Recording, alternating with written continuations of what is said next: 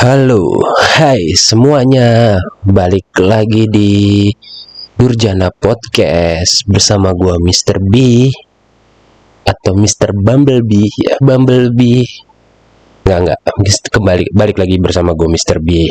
Hari ini gue sih pengen ngebahas sesuatu yang mungkin udah sering terlintas banget nih di pikiran lu semua atau para konten kreator termasuk gue juga. Biarpun baru ini mau gue bahas aja gitu, terutama yang seperti tadi yang punya channel konten entah itu di YouTube, podcast, atau platform digital lainnya. Pertanyaan gue sih simpel tapi bikin lu penasaran, kenapa kok jarang banget sih yang komen tuh di kolom komentar channel kita gitu, channel gua, channel atau lu channel-channel yang baru buat gitu. Gue yakin dari sekian kita pernah ngerasain hal seperti ini. Udah bikin konten susah payah, ngeditnya berjam-jam, terus upload dengan harapan bakal ada interaksi dari penonton kita. Itu biarpun subscribernya udah berapa, cuman kalau itu kan sayang juga sih sebenarnya gitu. Tapi pas lu buka kolom komentar, nyesek cok, kosong gitu. Ya kalaupun itu ada, ya paling 1-2 komentar lah. Kenapa ya? Apa konten kita kurang menarik? Atau ada sesuatu yang salah di channel kita gitu. Nah,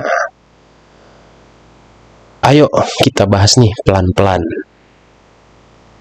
Yang pertama, gua pengen ngomong sesuatu yang penting sebelum gua mulai.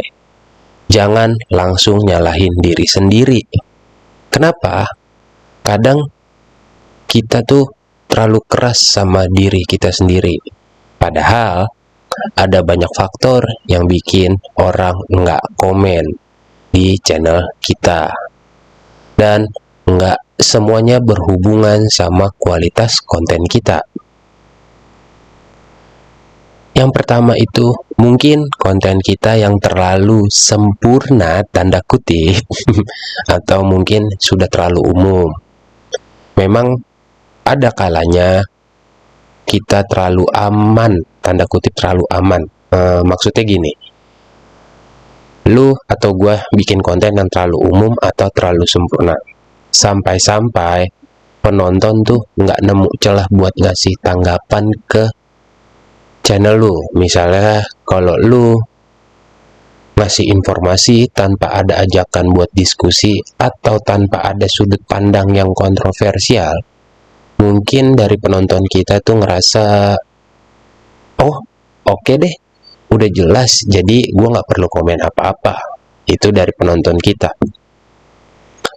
So mungkin harus kita bertanya kepada diri kita sendiri. Apakah konten kita bikin orang penasaran? Apakah kita ngasih ruang buat mereka berpendapat? Kadang sih dengan nanya pertanyaan terbuka di akhir video atau ngasih statement yang sedikit provokatif bisa memancing orang untuk berkomentar di channel kita, seperti itu. Terus yang kedua, penonton itu mungkin malu atau enggak pede.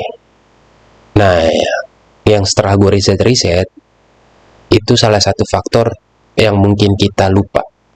Banyak orang yang sebenarnya suka sama konten lu, tapi mereka malu buat komen.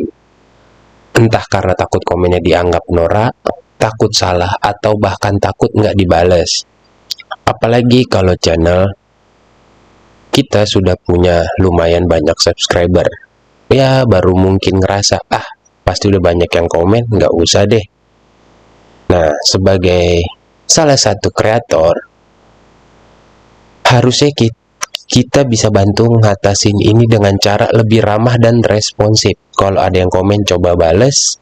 Kalau kita aktif di kolom komentar, penonton lain bakal lebih termotivasi buat ikut nimbrung nih gitu.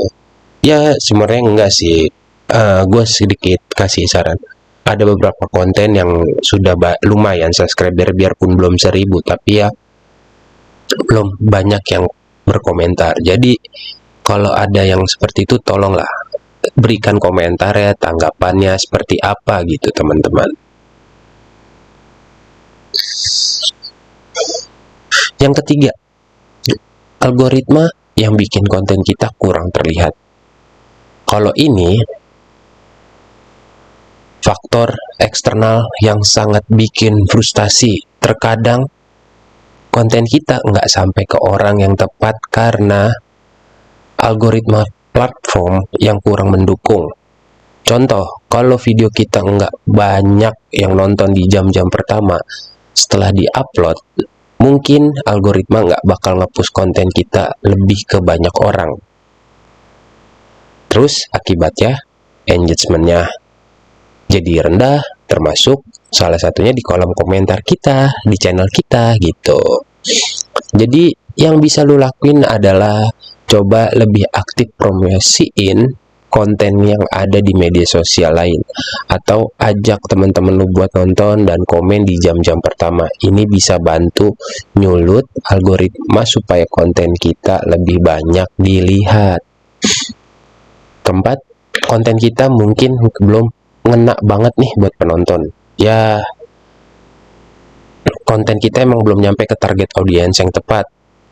Kalau kita bikin konten tentang topik yang spesifik banget, penonton kita kebanyakan masih umum. Ya wajar aja kalau engagement-nya rendah. Mereka mungkin ngerasa,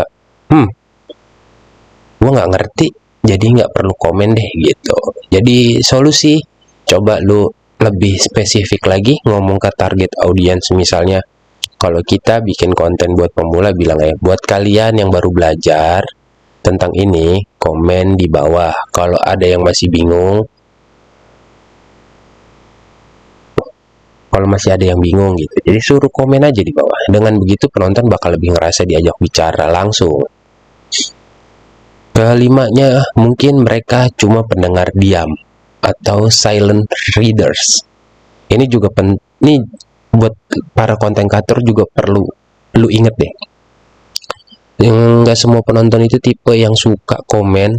Ada tipe penonton yang cuma suka nonton, nikmati kontennya, terus pergi. Mungkin sebenarnya dia itu suka banget sama konten kita, tapi nggak terbiasa buat komen. Dan itu nggak jadi permasalahan sebenarnya. Mereka tetap bagian dari komunitas kita meskipun nggak kelihatan di kolom komentar. Jadi lu jangan terlalu fokus sama angka komentar doang. Yang penting kita tetap konsisten bikin konten yang bermanfaat buat mereka. Ini yang terakhir nih. Kita mungkin belum cukup dalam tanda kutip meminta. Ini yang sering banget dari semua konten kreator atau yang pemula pasti sering lupa. Kita tuh belum cukup buat meminta interaksi dari penonton. Kita terlalu fokus sama konten sampai lupa buat ngajak penonton buat interaksi. Padahal sesuatu yang sederhana kayak gitu tuh bisa buat ajakan biar penonton makin tertarik sama konten kita. Contoh, komen di bawah kalau kalian setuju atau apa pendapat kalian tentang konten ini. Bisa bikin perbedaan besar. Jadi buat teman-teman yang baru bermain video atau menjadi konten kreator, coba lebih eksplisit ngajak penonton buat komen. Jangan malu-malu buat minta engagement. Karena apa? Karena itu hal yang wajar banget buat dunia konten. Jadi penutup kali ini adalah kenapa jarang banget yang komen di kolom komentar channel kita. Jawabannya nggak cuma satu. Bisa karena konten kita, bisa karena penonton kita, atau bahkan karena faktor eksternal kayak algoritma. Tapi yang pasti jangan sampai hal ini bikin kita down atau berhenti bikin konten.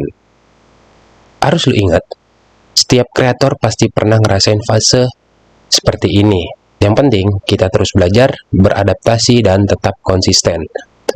Siapa tahu one day kolom komentar kita bakal rame banget sampai kita kewalahan bacanya. Hehe. Oke, sekian dulu podcast gua hari ini. Kalau kalian atau kalau lu punya pendapat atau pengalaman sendiri tentang ini, jangan lupa lu komen di bawah, atau lu lebih nyaman kalian bisa email di akun ini, di channel ini, atau nanti gue bikin TikTok deh, biar bisa kalian DM gue, atau lu punya cerita-cerita yang bakal lu share ke gue, silakan juga. Gue bakal seneng banget bacain cerita yang kalian kirim. Sampai jumpa di episode selanjutnya, dan jangan lupa buat terus dukung channel ini dengan cara lu like, share, dan subscribe. Terima kasih yang udah dengerin, dan sampai ketemu lagi. Bye-bye.